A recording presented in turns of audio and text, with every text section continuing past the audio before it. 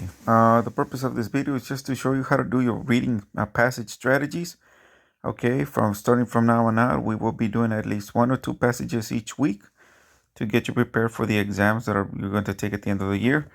Another thing, be on the lookout for another video that's going to help you to do the strategies that I'm teaching you here in the passage through an application or program called Duck Hub. Again, look for that video. There'll be a link added under the reading class.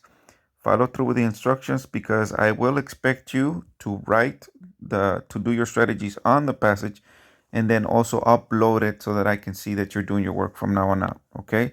So again, be on the lookout for a program called Duck Hub that will teach you how to upload documents under Google Classroom. Okay. Let me go ahead and get started with the strategies.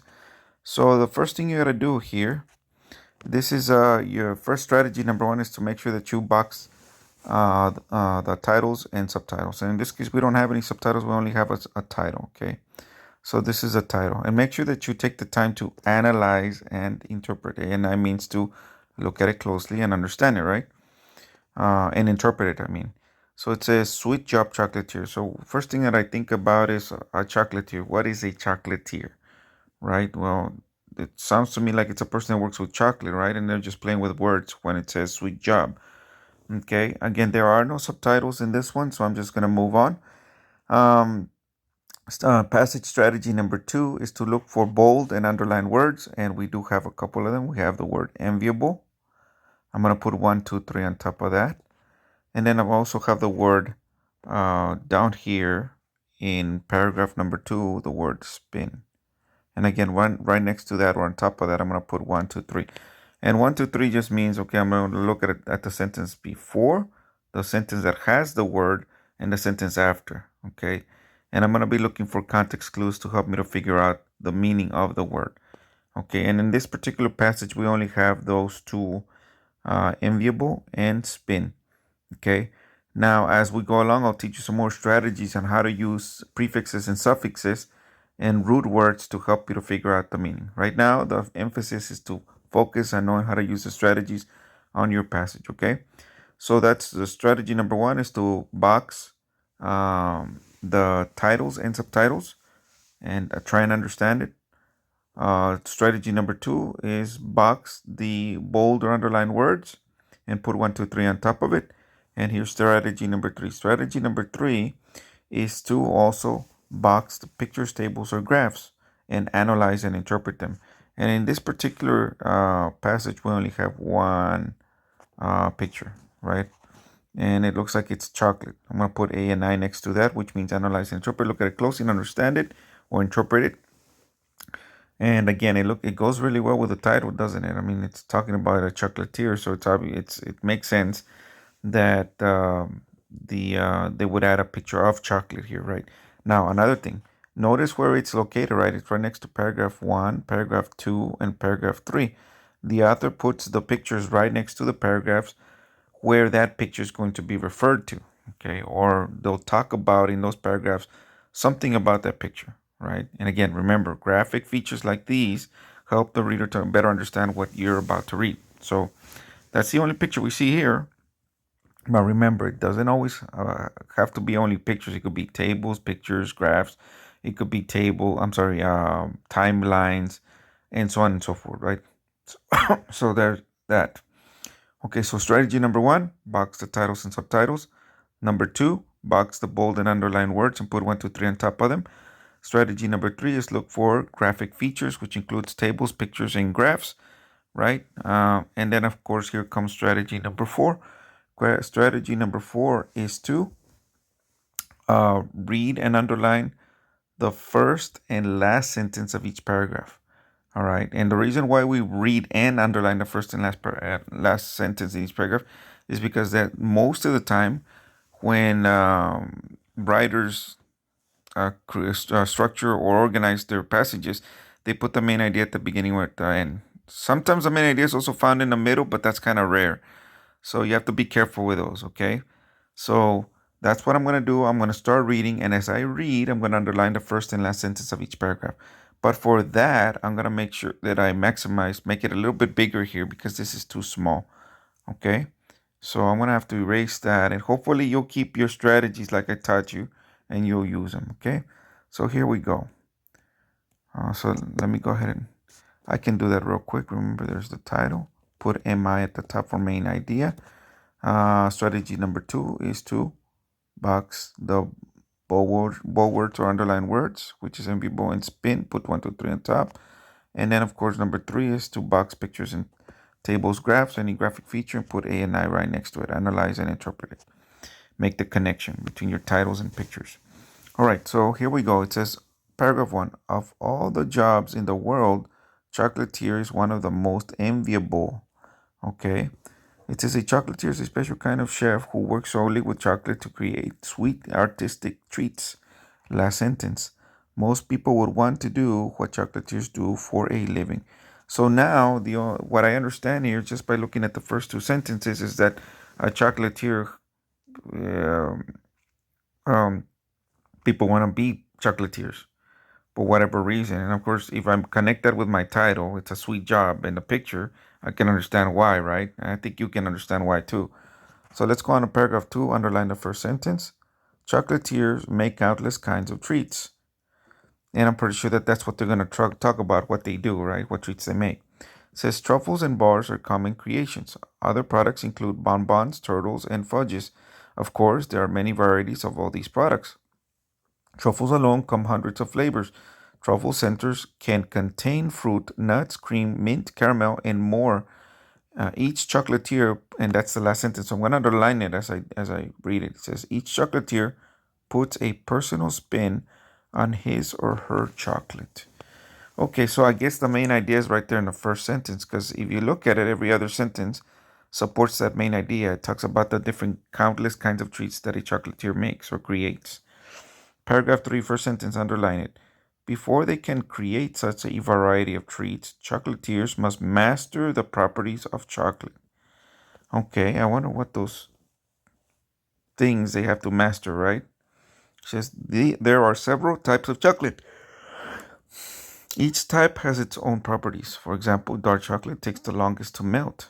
It has the most cocoa solids in it. Milk chocolate takes less time to melt. Its cocoa solids are mixed with milk. Other types of chocolate include unsweetened, semi-sweet, and white. Last sentence, chocolatiers must know and use the small differences between the types. Okay, so I know that at the beginning they started talking about a variety of treats that chocolatiers must master, right? In the properties of chocolate. In the last sentence, it talks about, that there are different types or small differences in between types of chocolate. And again, in this case, the main idea is in the beginning and at the end. You see that? So the main idea is there. And every single sentence in between supports that idea of how chocolatiers must master different properties of chocolate or know how to use small differences between types of chocolate. Okay, paragraph 4, first sentence, underline as you read. It says, anyone with a love of chocolate can become a chocolatier. Okay, a steady hand and a keen eye are good to have. Many chocolatiers never go to chef school. They learn how to work with chocolate through experience. Last sentence, underline it as you read. Others think that a culinary education is the only way to learn the science behind being chocolatiers. So if I go back of my first sentence and last, it talks about that it talks about how to become a chocolatier, right? It talks about the two ways. One, that some learn on their own and others go through school, right? They call it they go to culinary education to learn, right, how to become a chocolatier. Paragraph 5, first sentence, underline. It says, whatever the approach, chocolatiers have a lot to learn. The three main techniques they need to master are tempering, molding, and sculpting. Tempering is the process of heating and cooling chocolate. The process helps create the exact texture, color, shine, snap, and mouthfeel a chocolatier wants. Last sentence, tempering is done at 80 degrees to 90 degrees Fahrenheit. If any hotter, the chocolate will burn. Now, this one's interesting, right? Because it looks in paragraph number 5 that it says that there are different approaches, right? And it tells you what those are. But in this particular paragraph, it focuses on only one of those approaches, which is tempering. So we can say that the main idea in this case is one of the approaches that chocolatiers take in order to learn how to work with chocolate is tempering. Now, notice that in paragraph 6, it talks about the other main type that chocolatiers need to master when working with chocolate. Here we go, paragraph 6, first sentence. Molding is used to shape chocolate. There's that, technique, right? It says chocolatiers use molding on chocolate that has already been tempered. Melted chocolate is poured into molds and left to harden. In a freezer, chocolate can harden in as little as 10 minutes. In the fridge, it can take a half an hour or more. The chocolate easily pop up off their molds once they are firm.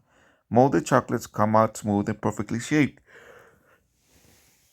Basic chocolate molds are square or round. Last sentence. Other molds are shaped like flowers, animals, hearts, and more. So it looks like the main idea for this one is the other technique, right, for molding chocolate. Remember, in paragraph 5, it said, well, the author said, we're going to talk about 3 techniques. And it spent most of the time in paragraph 5 talking about tempering. Paragraph 6, mostly about molding. Okay. So let's go on. Remember that in paragraph 5, it also said that there was a sculpting technique. So I believe that in paragraph 5, the way the author is structuring this informational text is that they're going to start talking about sculpting. Here we go. Paragraph 7. It says, like molding, sculpting is applied to tempered chocolate. Yep, it was right. I was right. It says chocolatiers use sculpting to make 3D treats. The sculptures can take days. With enough patience, almost anything can be sculpted from chocolate. Swan, ships, castles, and cars. And let me go ahead and move up. I'm going to have to erase that. Hopefully you guys copied the strategies. If not, you can always review, right? They will rewind. And it says swan, ships, castles, and cars are just a few examples. The finished art is almost too pretty to eat. Last sentence, underline it. At the same, let me move this out of the way. At the same time, it tastes too good to keep. So again, the main idea is talking about the technique of sculpting, right? Paragraph number 8, it says, underline the first sentence, it says, chocolatiers also learn to dip, decorate, and make fillings. They keep learning new skills and methods for the rest of their lives. Many chocolatiers study the history of chocolate while they work. Last sentence, they can never learn too much about the sweet medium. So again, in just paragraph number 6 just talks about how they keep learning how to work with chocolate, right? And it's a lifelong process. Paragraph 9 says, great chocolatiers compete for bragging rights. The World Chocolate Masters contest measures creativity and skill. Winners get money, gifts, and fame. Of course, they also get to eat each as much chocolate as they want. Last sentence. To the rest of us, that sounds like a prize by itself.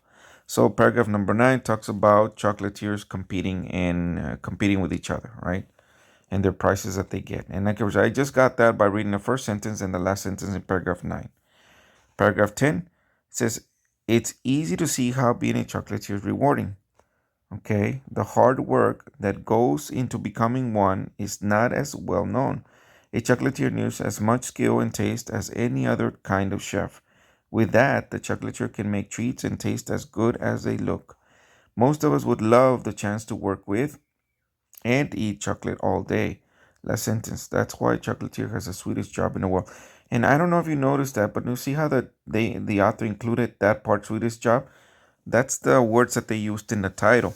All right, so paragraph number 10, what we want to do in the last strategy is we want to make sure that we box the last paragraph of the passage and the first paragraph. And I'm going to go. And the question is, why in the world do we box the first and last paragraph?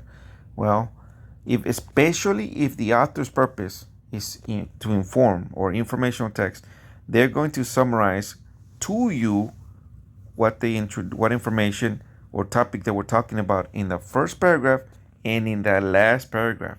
And if you look closely, you'll see that paragraph number 1 is kind of almost exactly the same thing as the point that the author was trying to carry across in paragraph number 10. All right, so again, we box the first and last paragraph because that is where we can look for a good summary of the entire passage. Not just one paragraph, but the entire thing. right? Remember, the last paragraph is the author's last chance to explain to you the subject or topic that they were trying to explain throughout the passage. So it is a good place to look for a good summary. All right. So, and then of course, the last thing you want to make sure that you put on there at the top is you want to put AP for author's purpose. And in this case, the author's purpose is to inform. It's informational text about chocolatiers and their job and what they do and what it takes to be a chocolatier. And it also talks about a couple of things in paragraph 6 and 7 about techniques that they use, right, while using chocolate. All right. So there's those are your passage strategies. Now what you want to do is you want to go into your question strategies. Okay, I'm going to jump these and I'm going to go straight into question number 1. And here are the question strategies focus on a couple of things. Let me go and show you as I go. 1, it says while you read the question, you make sure that you underline and then you circle keywords like in math, right? It says choose the best meaning of the word spin as it is used in this article. The keywords here is spin and I want its meaning, right? And then of course here the meanings. It says spin, it's a noun. In other words, it's a person, place, thing, or idea. And the first meaning is a short drive. Number 2, a certain style. Number 3, a whirling motion. And number 4, a confusion. All right. So what our job here is to figure out what the word spin means. Well, the second thing you want to do is you want to determine if this question is a book or brain question. Okay, book questions are literally questions that have the answers in the passage. All you have to do is look directly and use the same words that were used in a question and look for them in a passage, and the answer is directly stated in the passage. Brain questions are a little bit more challenging. Those are the types of questions where you have to look for the evidence, but you have to read between the lines. Do you remember that idiom? Read between the lines? It means that you have to look for the answer and it's not stated directly. So you have to gather as much evidence to find the answer. And guess what? When you have to figure out the meaning of words, you have to use your brain because it doesn't tell you the meaning of the word. You have to gather evidence or context clues to figure out the meaning. So in this case, it is a book question. I'm sorry, it's a brain question, my bad. So I draw a little brain, okay, with an eye. And the eye just means I look closely, right, and think about it. The third thing you want to do, your third strategy, is to put P for paragraph. Go back to your passage and go find me some clues that can help me to figure out the word meaning. The meaning of the word spin. So again, let me review the question strategies. 1, underline the question, circle keywords, right? 2, determine if the question is a book or brain. If it's a book, you draw a little book. If it's a brain, you draw a little brain, right? Remember, book, the answer stated directly in the passage. Brain, you have to gather evidence and then use that evidence to back up the answer. Most questions in 5th grade are brain questions, guys. Okay, so you're going to have to be careful with that. And then, of course, the strategy number 3 for your questions is put P for paragraph to justify your answer. So now I'm going to go to the passage real quick, and I'm going to erase this. Hopefully you copied it on your passage using the Duck Hub, right? And then, of course, I want to go back to the passage in the paragraph that has the word spin. I'm going to look for context clues to help me to figure out the meaning. And if you remember correctly, that was in paragraph number 2. So what I did, remember I told you that you were supposed to box it and then put 1, 2, 3 on top, right? So that means I have to look at the sentence before, the sentence that has the word, sentence number 2, the sentence that has the word, and then sentence number 3, the sentence afterwards. Now, you don't have to just limit yourself to those 3 sentences. You can look in the entire paragraph, or if the word happens to be at the very end of the paragraph, you can look at the next paragraph and find context clues, okay? So I'm going to look at the sentence before. It starts off with this one right here. It says that's sentence number 1. Truffle centers can contain fruit, nuts, cream, meat, mint, caramel, and more. And then it says the sentence that has the word. 2. Each chocolatier puts a personal spin on his or her chocolate.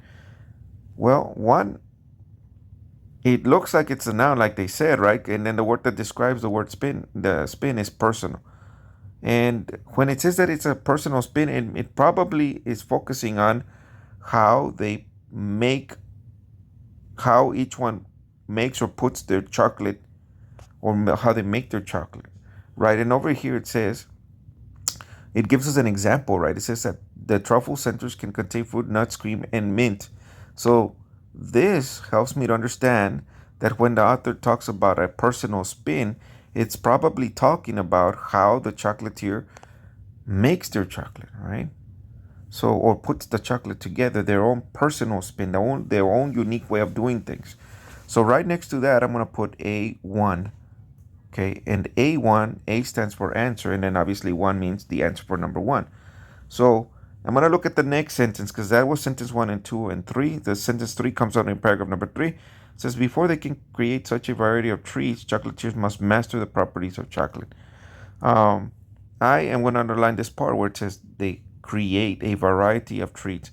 Because when they talk about a personal spin, it means that they create their own type of chocolate, right? With their own ingredients. So I'm going to put A1 next to that. And notice that when you go out and you gather evidence, because remember, this is a brain question, you will go and gather as much evidence as possible that it can help you to come up with the best answer. You can also gather evidence to prove an answer wrong.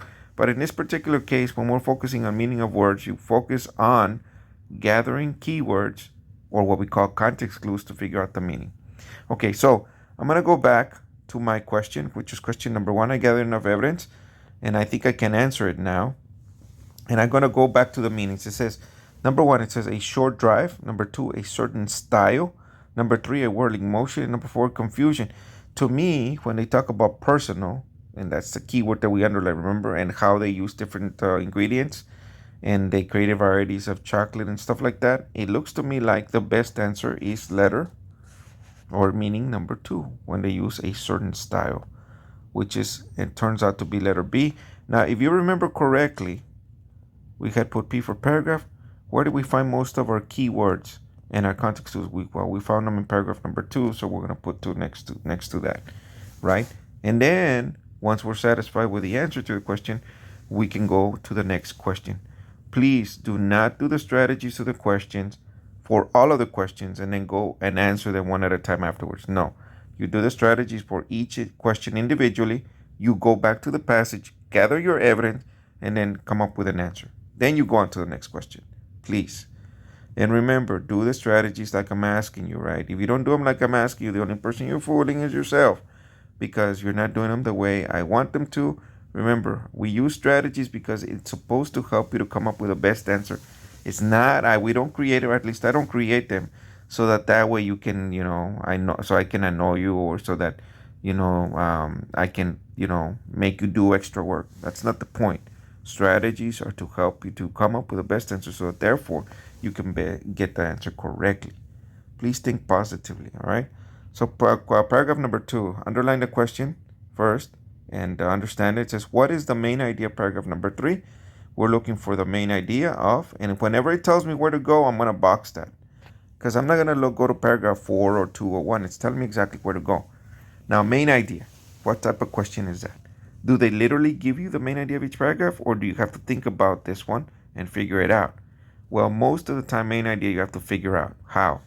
Well, you look at that big idea that is contained in the paragraph, and then you look at all of the other sentences and check if it supports that main idea or that principal idea, right?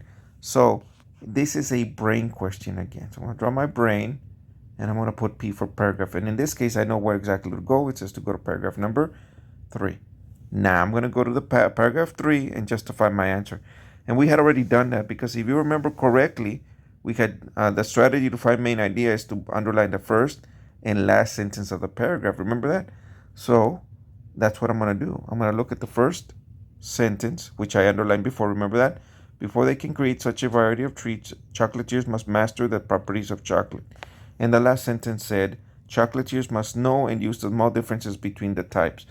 And then if it's okay, if you need to go back and read the paragraph to see if the details that come afterwards, all of these sentences right here, if they support those big ideas or general ideas, then go for it. Even I have to do, because sometimes I forget, right, those details. So in this case, if I remember correctly, it looks like the main idea is actually found in both sentences. Because do you see how it says there? It says, for example, right? It means that these are details that back up those ideas right there. It says, so not to mention, of course, that you got that picture right there, right, that backs it up. It says, chocolatiers must master the properties of chocolates. And it talks about what those properties are. It says, look at how they use the same word right there, properties, in that one. And then they had said it already here at the beginning also, right? So it says there are several types of chocolate. Each type has its own properties. You got your dark chocolate, and then you got your, what is it, milk chocolate, and then it's got some other chocolates in there. So in here, it looks like the main idea is right there where we had said beginning and at the end of the paragraph, where chocolatiers must learn how to learn to master the different properties of chocolate. So right next to that, I'm going to put A2 because that helps me to understand the main idea per paragraph number 3, right? And that's the answer to question number 2, of course. So let me go ahead and go on. And I'm going to go to question number 2 again. Now that I've gathered enough evidence for my question, I am going to select an answer. And then so that you can just see, unfortunately I have to erase because that's how this app works. But in your case, when you use DuckHub, you won't have to erase anything, okay? So again, remember, it was the main idea, paragraph 3. It was a brain question. We said that we were supposed to go to paragraph 3, which we did. And then let's look at the answer choices. A says chocolatiers must learn to work with many different types of chocolate. Sounds like a possibility to me, so I'm going to put a question next to that. Dark chocolate takes the longest time to melt. That was just mentioned in one of the sentences, so that's a detail, a supporting detail, so no. Letter C, milk chocolate takes less time to melt than dark chocolate. No, that's only mentioned once. Letter D, white, milk, and dark are some common types of chocolates. Well, agreed, they are, but the main idea is how the chocolatiers must master to use these different types of chocolate, right? So the best answer is letter A. Now, you will have to do all of the others on your own. Remember the strategies for your questions. Underline the question, circle keywords, and understand it. Don't you dare go on to the answers directly without justifying your answer, please. All right, guessing is for the birds, and you don't look like a bird to me, so make sure you go back to your passage and find me the answer. Okay, so 1, underline the question, circle keywords, and then, of course, determine if the question is book or brain. Remember, brain is you have to think about it, gather evidence, read between the lines. If it's book, it'll be stated directly in the passage. All right, and then, of course, P for paragraph so that you can justify where you found the answers. Okay, that'll be it for this video, guys. Hopefully it will help. And remember, be on the lookout for the video that teaches you how to use DuckHub so that you can write on the documents and at the same time submit that work, turn it in through Google Classroom. Okay, guys, have a great day.